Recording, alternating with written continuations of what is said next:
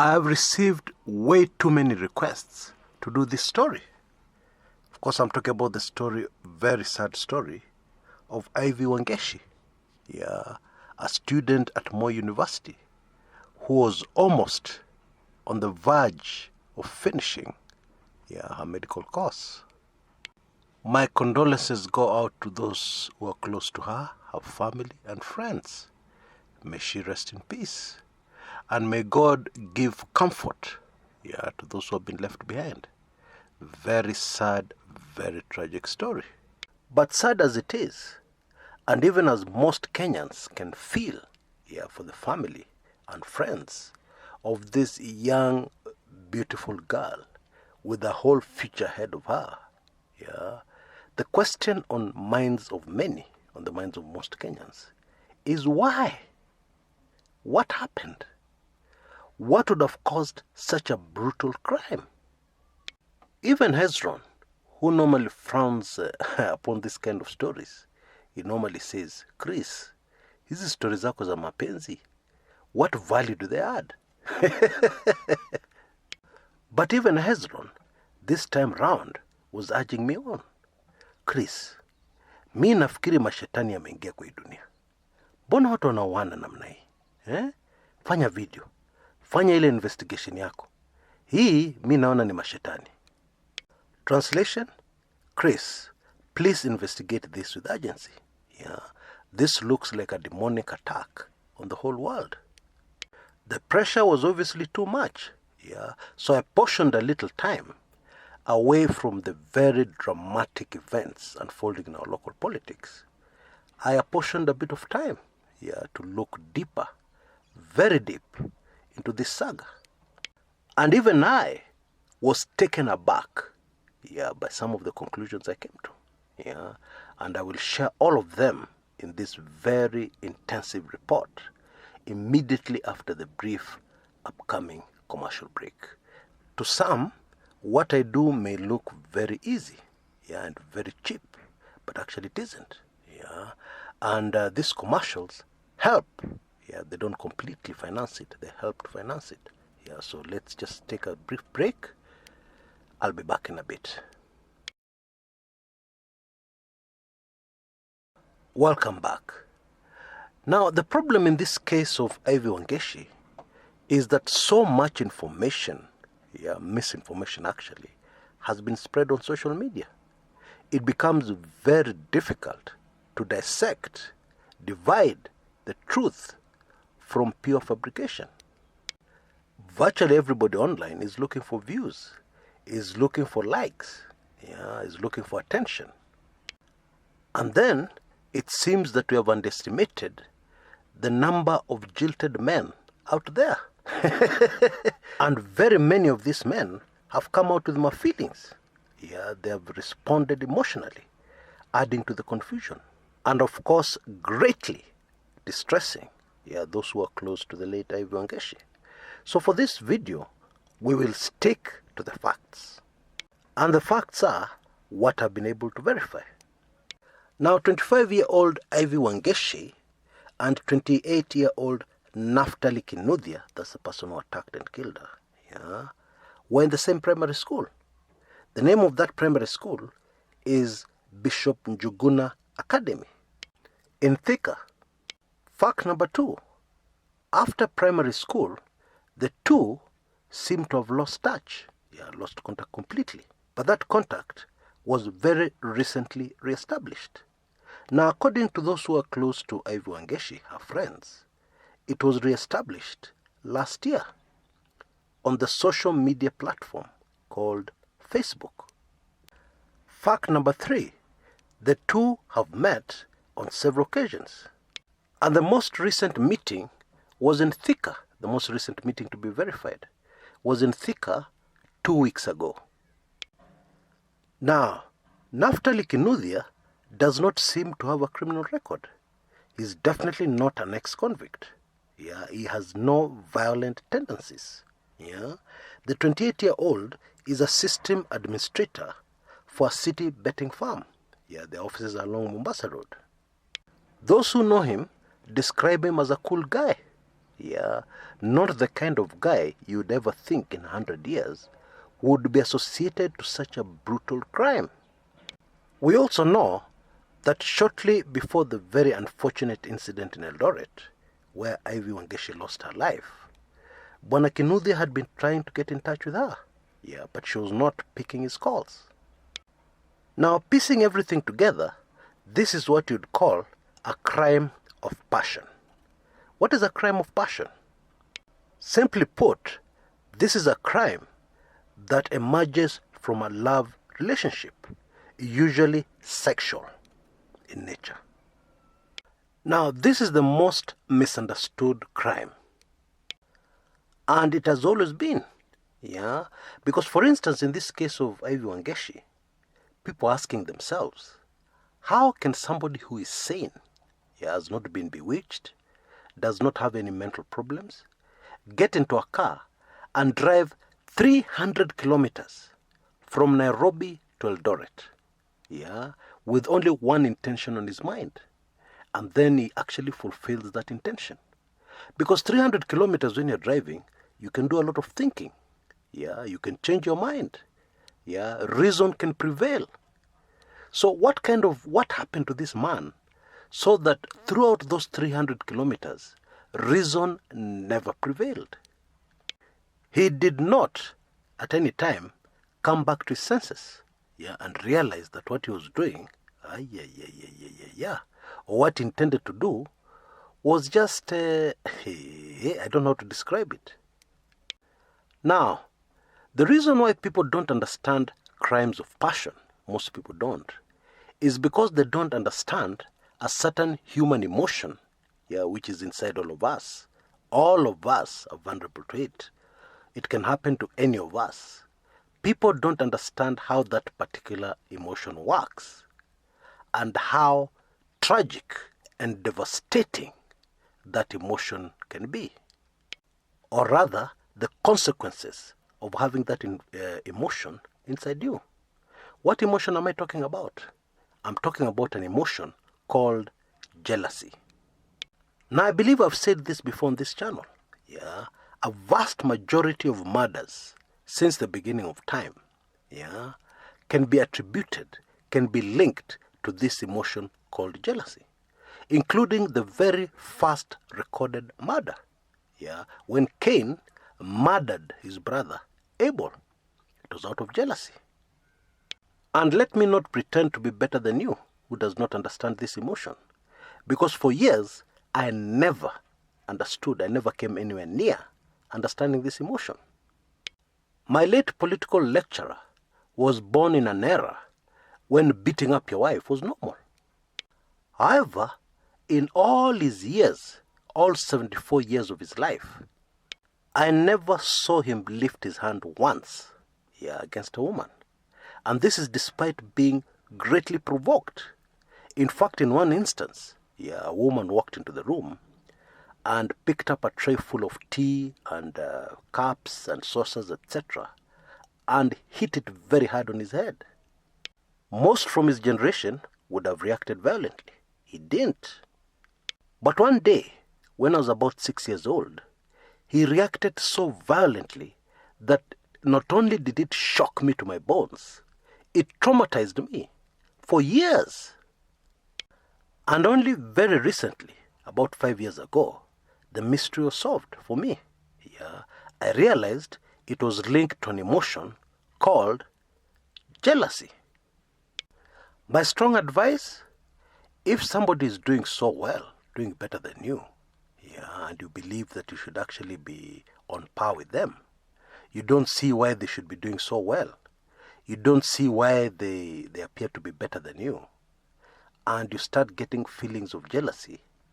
My strong advice is fear that jealousy. Really fear it. If you're a woman, and maybe you're a wife or a girlfriend, and your man is playing you, he is being unfaithful, and these feelings of jealousy quite naturally start building up inside you, let the red lights in your life start flashing like crazy. Fear that emotion. Greatly fear jealousy. Otherwise, one day, you may end up in a situation whereby you do something which you yourself cannot understand later. If you're a man and your wife or your girlfriend is playing you, hey, just run. Put down everything and run. Run away from that situation. Get away from that situation. If you're a wife or a husband, don't worry if you have given birth to 100 children or 1,000 children. Just get out. It is much better for your children to be brought up by two parents who are separated, who maybe even live 1,000 miles apart from each other, than for your children to become orphans. Orphans in the sense that one of you will be dead and the other one will be in jail forever. Or both of you could be very dead. Folks, I cannot emphasize this enough. Fear, the emotion called jealousy. And by the way, it doesn't start in the extreme. It starts with just a little jealousy here, a little jealousy there, and then it quickly builds up. And before you know it, bad things have happened. In the very sad and unfortunate case of Ivy Wangeci, it has crime of passion written all over it. And as I've explained, crime of passion is always linked to a deadly human emotion called jealousy. Sample this. For Bwana Kinuthia, an axe was not enough. He also had a knife. So after he had finished his work with an axe on a fellow human being, he used the knife. That animal behavior can only be linked to a crime of passion. Now, in my view, nobody, and I mean nobody, has a right to spoil the name of a young girl, even if she's deceased. Some of us on this channel were young girls once, and we understand. Some of us understand young girls. We have had to study them after some very strange encounters. We have had to solve the mystery. Because some of us don't like mysteries in our life. And what I can tell you is that when a girl is young, there are very many things which happen to them. They're trying to find themselves. Many of them cannot handle the power they suddenly realize that they have. The power to make a man go very weak on the knees. The power to reduce a very strong man into a meek sheep that they can play around with their little finger. Many young girls, on discovering this power, are not able to handle it. And I believe it's all part of growing up. Most lessons in this life cannot be learned from books. We can read books, we can listen to other people's experiences, but most lessons in this life are learned the hard way, through experiences, bad experiences, which leave consequences.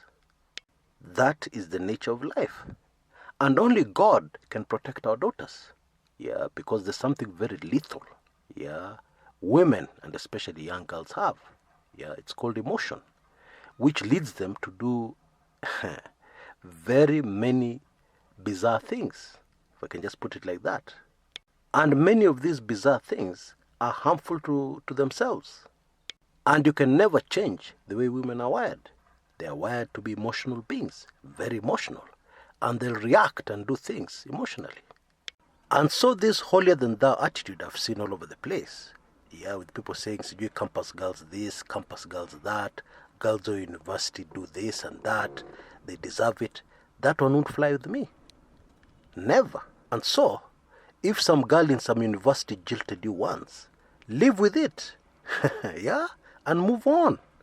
And remember, many of us, most of us, even me, have been jilted. And I know how it hurts. Be a real man. Move on. Avoid my feelings on social media. Avoid those funny comments. They won't bring back the girl who jilted you. They won't. So stop it. Even if it makes you feel better. Now, my apologies for ranting. I get very offended by some of these things. Anyway, the kind of public interest that the Ivy Wangeci case has attracted will definitely cause many more facts to come to light in the days and weeks to come. But you can be sure of one thing. It will all point to a crime of passion. Now, there's something else which is very important to understand. Yeah, we live in the age of social media, and social media has revolutionized relationships. Yeah, for instance, in the old days, how long would it take you to meet somebody and start getting romantically involved with them? Ages, months, maybe even years. You meet on weekends or in your spare time, and where you meet, it's not conducive to getting to know each other. Now with social media, all that has changed very dramatically. You can meet in the morning and get married tomorrow morning. I kid you not. Through chat, yeah, and I believe chat is the deadliest, is the deadliest tool, yeah, that was ever invented. Through chat, you can open yourself up, yeah, talk about very intimate things, yeah, to a stranger. Get to know a stranger very well in a matter of hours, where it would have taken 20 years, yeah, before social media came along. And so because of this, and because of movies and the media, yeah, who are very strongly promoting, yeah, a new kind of love, yeah, mostly hinged on sex, the result is there are so many more relationships happening out there, yeah, and because there are so many relationships happening out there, the chances of this monster called jealousy coming in and wreaking havoc have increased dramatically. Bear in mind, and don't forget, that in the case of Ivy Wangeci and Naftali Kinuthia, they were reunited on Facebook. Let me just leave it there because I don't want to speculate. The sum total of all this is that we're getting so many cases of women being murdered brutally, being killed brutally by men, and most people wondering why. Well, there's the explanation for you.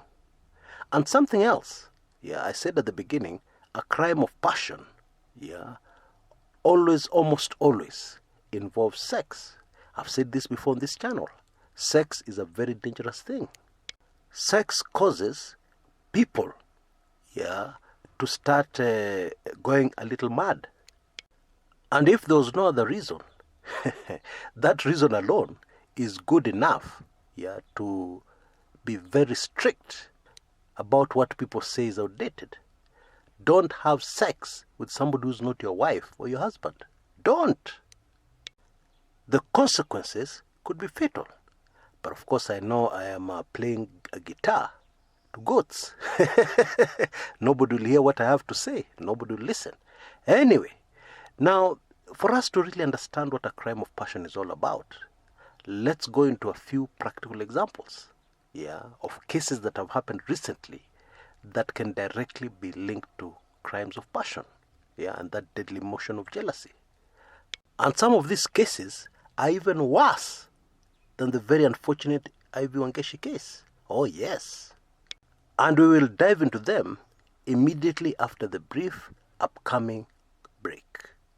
I'm telling you the truth. What you're about to hear, yeah.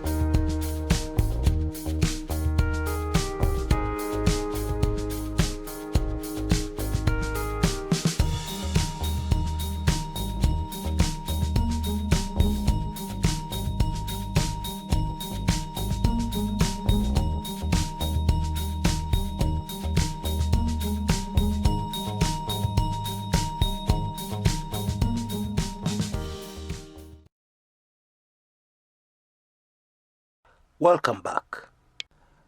Now, I've opted to start with this particular case because there's some people who think jealousy cannot be so serious between siblings, your brother or your sister. Well, sample this 2016 case and think again. Saba Khan was 27 years old, and she was having an affair, a sexual affair, with her brother-in-law, the husband to her older sister, Saima Khan. Incidentally, Saba Khan was 27 years old, at the time this was happening, actually 26, and her older sister was 33, Saima Khan, the one who was married to a man called Hafez Rehman, who was a cab driver by profession. And they used to have sex, when Saima Khan is away at work, a mother of 4. And also inside his taxi, inside his cab. And this passionate love affair went on in secret for 4 years. Now inevitably, one day the cab driver, Hafiz Rehman, ended the affair. He called his lover and told her, no, this is too much. This has to end.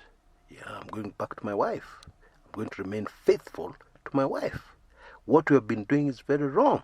What you have been doing to your sister is very wrong. And so what Saba Khan did, she waited for her sister at home. And then she stabbed her 68 times. And then using the same knife, almost cut her head off. Why? Because her emotion, her lethal emotion of jealousy, told her one thing, that the road to happiness had only one obstacle, her own blood sister, Saima Khan. And so the solution? Get out of the way, literally. Then she'd live happily ever after with Bona Hafiz Rehman. Now, when police responded to this call of distress at this house somewhere in the United Kingdom, Saba Khan told them that this was a burglary gone wrong. Somebody had been in the house. Now, you don't need to stab somebody 68 times to kill them. You don't. So why did she stab her sister, her own blood sister, 68 times? Well, it's that emotion I told you should fear. Jealousy. This was a crime of passion. And finally, this crime that shocked Britain, had an interesting end. Saba Khan finally confessed to murdering her own sister. Let's take a quick look at another case involving Holly Gazard and Asha Maslin. Asha Maslin was a former security guard, and very much in love with the very gorgeous and beautiful Holly Gazard. So one day Holly called him, and ended their affair, ended their relationship. And the former security guard poured cold water over her. Why? He said he was pouring cold water over her very cold heart, which had caused her to end the relationship. Then the man started stalking her and threatening her. And finally one day, he burst in at the hair salon where she worked and stabbed her 14 times before a packed hair salon. There were so many witnesses. And then he took off. Of course, he was later arrested, and convicted for this crime of passion. And of course, we can go on and on and on. Crimes of passion are rampant. And in this day and age of social media, they're on the increase. Now, there's nothing wrong with wanting to be happy. There's of course absolutely nothing wrong. It is your right to seek happiness. However, please, please, please be very careful. Because there's a monster inside each one of us. A very deadly and vicious monster. And if that monster is allowed, is given room, it could be fatal for you. Now, before I go, let me also say, husbands need to be very careful, extremely careful. Why? Because if your wife falls in love with another man, the chances are very high that it will end up with your murder. Yes, she's the mother of your children. Yes, you know her better than anybody else knows her. Yes, we agree. However, this monster called jealousy does not know you, does not know her, and is not interested. Be careful. There are so many cases. We read about these cases in the newspaper all the time. We read about unsolved murders all the time. And many of these, a vast majority of these, are crimes of passion. And the same can happen to a wife. Yeah, especially if the wife is the one who is more financially stable in the marriage. I think you know what I mean. As long as you're the obstacle to some people being happy, you're in danger.